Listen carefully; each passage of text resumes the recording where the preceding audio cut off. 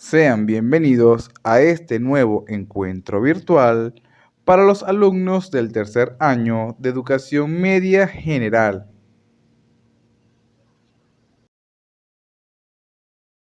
Les habla el profesor José Díaz, docente de la Unidad Educativa Colegio Jesús Redentor. Damos inicio a la primera unidad de aprendizaje titulada Teorías de la Evolución.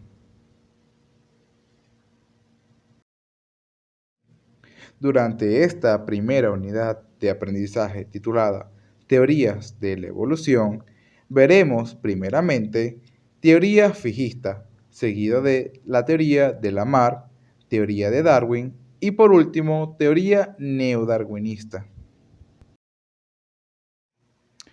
Iniciamos esta unidad de aprendizaje con la teoría fijista. Se tenía la creencia de que las especies habían permanecido sin cambio alguno desde que fueron creadas, es decir, que no habían sufrido variaciones. A este fenómeno se le conoce como fijismo y corresponde a una creencia planteada por Carlos Linneo a mediados del siglo XVIII. Sin embargo, el descubrimiento de los fósiles ha llevado a distintas culturas a intuir la evolución. Jean-Baptiste Lamarck se convirtió en el primer naturalista en descartar el fijismo, ya que plantea la primera hipótesis oficial y completa acerca de la evolución. Esta fue planteada en 1809 en una obra denominada Filosofía zoológica.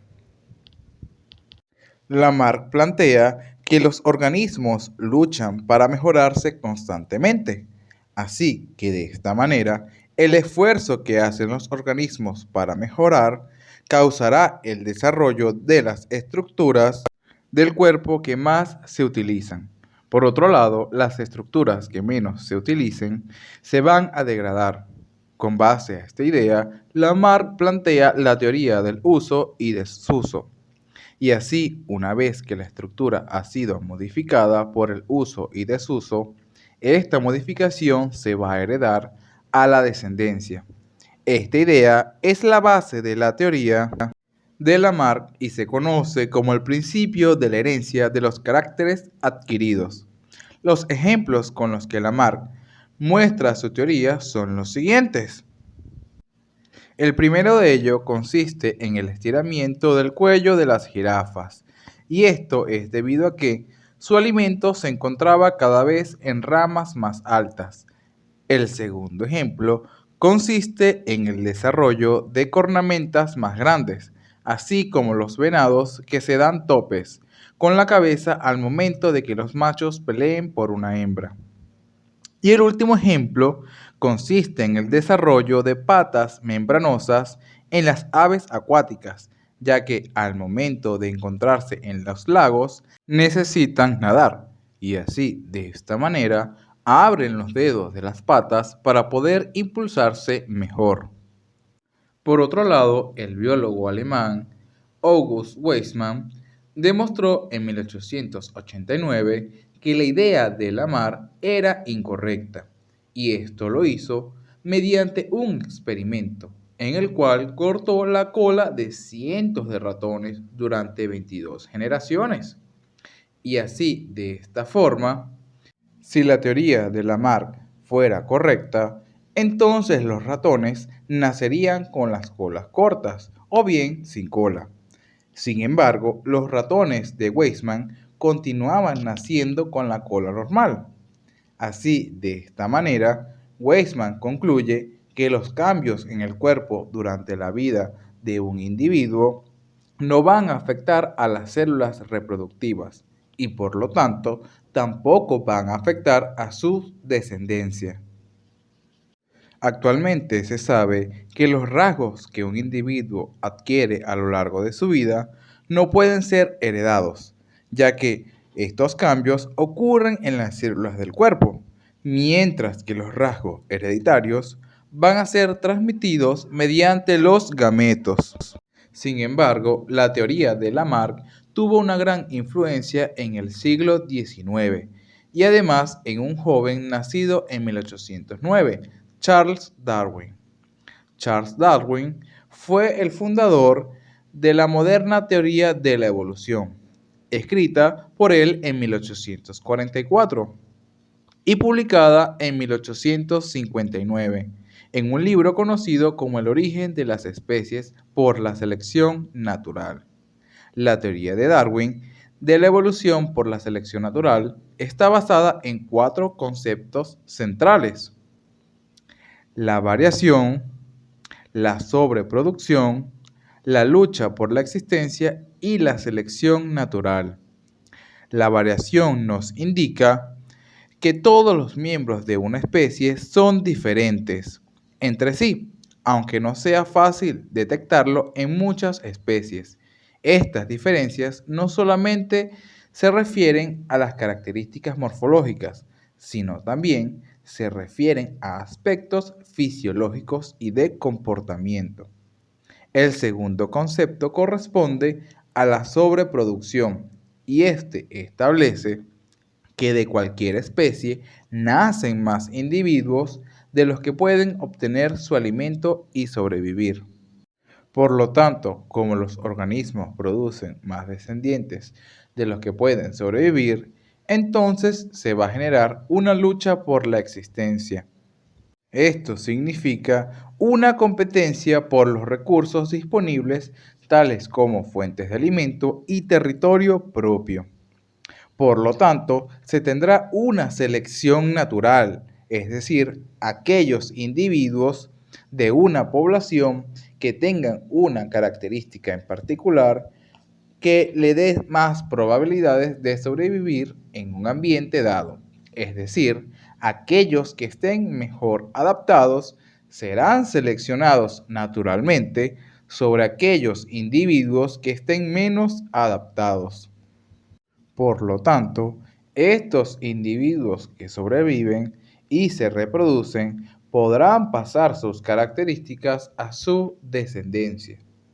Y así, de esta manera, cuando transcurran varias generaciones y si las condiciones ambientales se mantienen constantes, entonces los individuos mejor adaptados van a aumentar hasta que finalmente aparezcan en toda la población y así de esta manera, en términos muy generales, ocurrirá la evolución de los organismos. Ahora bien, si regresamos al ejemplo de las jirafas, según Darwin, había variabilidad en el largo del cuello de las jirafas. Es decir, habían jirafas que tenían el cuello largo y habían jirafas que tenían el cuello corto.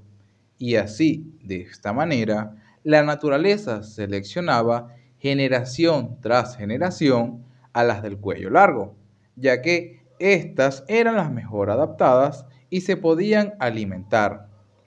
Por lo tanto, las jirafas del cuello largo eran las mejor adaptadas y a través de las generaciones serán los individuos que van a tender a aumentar hasta que finalmente sean las que aparezcan en toda la población. Por otro lado, a principios de 1858, un joven biólogo llamado Alfred Wallace escribió un documento titulado Sobre la tendencia de las variedades a diferenciar indefinidamente sobre los tipos originales. En este documento llegaba a las mismas conclusiones que Darwin acerca de cómo evolucionan los organismos. Posteriormente, Wallace le escribe a Darwin explicando sus conclusiones y así, cuando Darwin estudia el trabajo de Wallace, queda sorprendido acerca de la coincidencia en ideas y conceptos que ambos tenían sobre la evolución. Al ver esto, Darwin comparte crédito de su teoría con Alfred Wallace, recibiendo el nombre de teoría de Darwin-Wallace. Una de las principales carencias de la teoría de Darwin era que no explicaba por qué aparecían nuevas variaciones, ni cómo éstas se transmitían a su descendencia. Pero gracias al desarrollo de la genética, estos aspectos pudieron ser explicados de manera más fácil y precisa, y así, a partir de la combinación de la teoría darwiniana de los principios básicos de la genética y de la paleontología, surge a mediados del siglo XX lo que se conoce actualmente como la teoría sintética de la evolución, o bien también recibe el nombre de neodarwinismo. Esta teoría relaciona la teoría de la evolución de Darwin con la paleontología, la sistemática y la genética. Esta teoría es presentada por el genetista Theodor Dosansky, el zoólogo Ernest Mayr, el paleontólogo George Simpson, el botánico George Simmons y el zoólogo Julian Josselin. La teoría sintética establece que la unidad de la evolución es la población y no los organismos individuales, así como se pensaba en la época de Darwin. De igual manera, establece que la variabilidad genética entre los individuos de una población es la base sobre la que actúan la selección natural. Esta es resultante a partir de dos procesos, las mutaciones y la recombinación sexual. Esto quiere decir que si la mutación tiene un efecto favorable, entonces este tenderá a extenderse a través de la población. Por otro lado, la recombinación sexual tiene lugar durante la meiosis y la fecundación. Estos dos mecanismos propios de la reproducción sexual no van a crear nuevos genes, pero sí van a crear combinaciones nuevas de genes existentes. El tercer punto de la teoría sintética es que éste también establece la selección natural. Y en esta la adaptación juega un papel muy importante, ya que esta ayuda al individuo a superar un problema que exista. Sabemos que los organismos mejor adaptados son los que van a sobrevivir. Por lo tanto, la adaptación corresponde a una consecuencia de la selección natural. El cuarto aspecto importante de la teoría sintética de la evolución corresponde a la especiación, y esta la podemos definir como el proceso mediante el cual una población de una determinada especie da lugar a otra especie distinta u otras especies debido a un aislamiento geográfico. Este proceso es muy importante ya que a lo largo de 3.800 millones de años ha dado origen a una diversidad de organismos, millones de especies de todos los reinos que han poblado a la Tierra desde el momento en que se formaron los primeros mares. Y por último, se tiene a las transiciones evolutivas. La teoría sintética establece que estas transiciones en las poblaciones son graduales, es decir, que el proceso de evolución es lento y en algunas ocasiones los cambios seguirán solamente una dirección, mientras que en otras seguirán distintas direcciones. En conclusión, la teoría sintética establece que la evolución puede ser causada por diferentes mecanismos, así como la selección natural, la deriva génica, la mutación, la migración, es decir, estos corresponden a los factores que propician a la evolución. Ahora les presento la evaluación a desarrollar. A través de un mapa mental, desarrollar los siguientes aspectos: definición de evolución, especie y población, teoría fijista, teoría de la mar, teoría de la selección natural y por último, teoría sintética de la evolución. Pautas para la elaboración de esta evaluación. La actividad realizada debe tener su respectiva escala de estimación. Pueden realizarla de manera manuscrita o digital.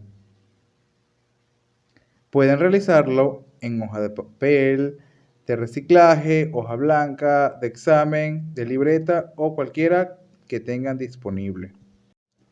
Criterios a evaluar. Puntualidad, 2 puntos. Creatividad, 2 puntos. Ortografía, 2 puntos. Redacción, 2 puntos. Organización, 2 puntos. Y por último, dominio del tema, 10 puntos. De presentar alguna duda, pueden hacer sus consultas vía WhatsApp o Telegram y en los días correspondientes a mis asesorías en la sede de la institución en el horario de 8 de la mañana a 12 Meridian, será un gusto atenderlos. Que tengan feliz día.